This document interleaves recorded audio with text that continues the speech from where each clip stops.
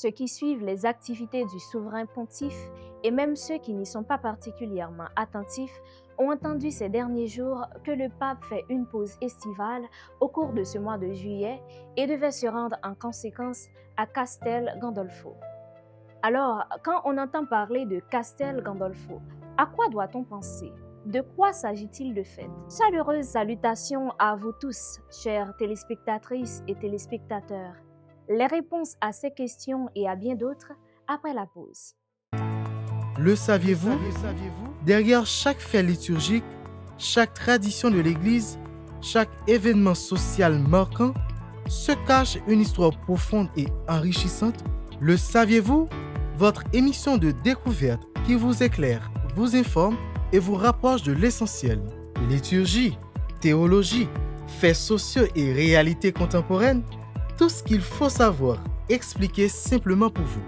Rendez-vous chaque semaine, à la même heure, sur la même chaîne, Radio Télé Altaclass.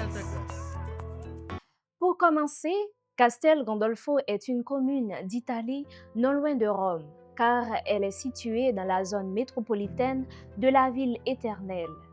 Elle se trouve à environ 25 km du centre de Rome et donc aussi du Vatican. C'est une commune de moins de 9000 habitants, d'une superficie d'un peu plus de 14 km² et d'une altitude de 426 mètres au-dessus du niveau de la mer.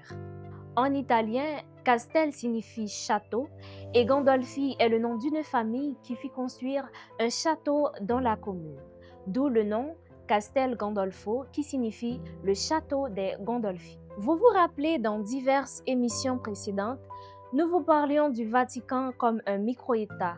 Nous avons également mis en lumière le fait que les propriétés du Saint-Siège vont au-delà des 44 hectares de l'État du Vatican. Et nous avions parlé brièvement de ces propriétés hors du Vatican qui jouissent d'un statut particulier dit extraterritorial. Pareillement, dans la commune de Castel Gandolfo, le Saint-Siège possède un domaine où les souverains pontifes se rendent le plus souvent durant l'été pour s'évader, ne serait-ce que pour quelques jours, de la chaleur torride de Rome où le baromètre peut marquer jusqu'à 43 degrés. C'est pourquoi le palais apostolique qui se trouve dans les locaux est couramment appelé résidence d'été des papes. Un premier château a été construit dans les lieux vers 1200 par la famille Gandolfi et plus tard, les propriétés furent cédées au cardinal Giacomo Salvelli, le futur pape Honorius IV. Il sera plus tard détruit. Au XVIIe siècle, le pape Urbain VIII fit construire sur les ruines du premier édifice cette résidence dans laquelle il fut aussi le premier pape à y passer des vacances. Nous sommes en mai 1626.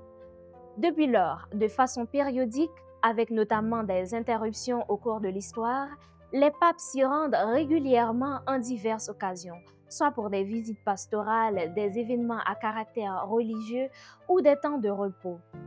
Ces domaines s'étendent sur une superficie de 54 hectares, donc plus grand que le Vatican, avec également de merveilleux jardins. Le pape François, qui s'y était rendu 3 fois pour de brèves visites dans les mois qui ont suivi son élection, a implanté par la suite tout un projet baptisé Borgo Laudato Si, comme modèle d'application de son encyclique sur l'écologie et l'environnement. Entre les jardins, les terrains agricoles et les serres, le projet intègre une économie circulaire, le recyclage, la réutilisation de reconditionnement. Notons que depuis 2014, le souverain pontife avait déjà ouvert les espaces au grand public pour les visites touristiques et les explorations écologiques et historiques. Aujourd'hui, les endroits constituent un site touristique où se défilent de nombreux touristes pour visiter l'antiquarium, autrement dit le musée qui compte 6 salles. De splendides architectures, des œuvres d'art, des tapisseries, un théâtre antique, le coupole astronomique et au premier étage, la galerie des portraits de tous les papes de l'histoire moderne, depuis le XVe siècle jusqu'à aujourd'hui. Pour ce qui concerne la coupole astronomique, rappelons que dans quelques émissions précédentes, nous vous avions parlé de l'Observatoire du Vatican, qui est un site scientifique de recherche en astronomie du Saint-Siège. Depuis 1934, cet observatoire est transféré du Vatican à Castel Gandolfo, où on peut également le visiter. À noter que cet institut possède aussi une annexe sur le mont Graham, en Arizona, aux États-Unis. C'est enfin à Castel Gandolfo que le pape Benoît XVI s'était retiré provisoirement en février 2013 après sa renonciation comme évêque de Rome. Il s'y était rendu le temps du conclave qui devait procéder à l'élection de son successeur, en l'occurrence le pape François. Nous pouvons nous rappeler encore de cette visite historique lorsque le pape François, 10 jours après son élection, rendit visite à son prédécesseur, Benoît XVI, et de cette rencontre inédite entre ses deux successeurs de Pierre.